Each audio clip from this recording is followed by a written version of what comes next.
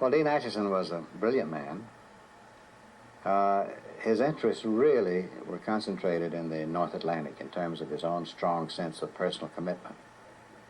After all, he had played a large role in the building of the Marshall Plan and the construction of NATO, and from a geopolitical point of view, one can understand why this North Atlantic relationship was looked upon as fundamental. He had less interest in the little yellow, brown, black people in various parts of the earth. Our distinguished guest for this evening is Dean Rusk, President of the Rockefeller Foundation and former Assistant Secretary of State. Dean Acheson's press club speech was very important, not so much for what it exactly said, but how it was interpreted. Well, he described our defense perimeter in the Pacific, and he left Korea out of that perimeter. His speech was widely interpreted as writing off Korea.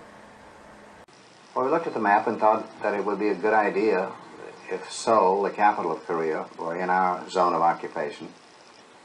But we knew that the Army would not want us to go very far beyond that, and so we looked north of Korea, and there was no clearly distinguishing geographic feature, but there was the 38th parallel.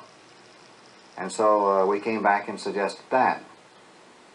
What none of us there at that meeting from the State Department or the Army knew was that earlier in the century there had been discussions between the Russians and the Japanese about a division of the sphere of influence in Korea along the 38th parallel. Had we known that, we'd have selected any other dividing line. Actually, they accepted the 38th parallel with alacrity. We were disarmed. NSC 68 represented a major decision by the United States to begin to build up its armed forces again.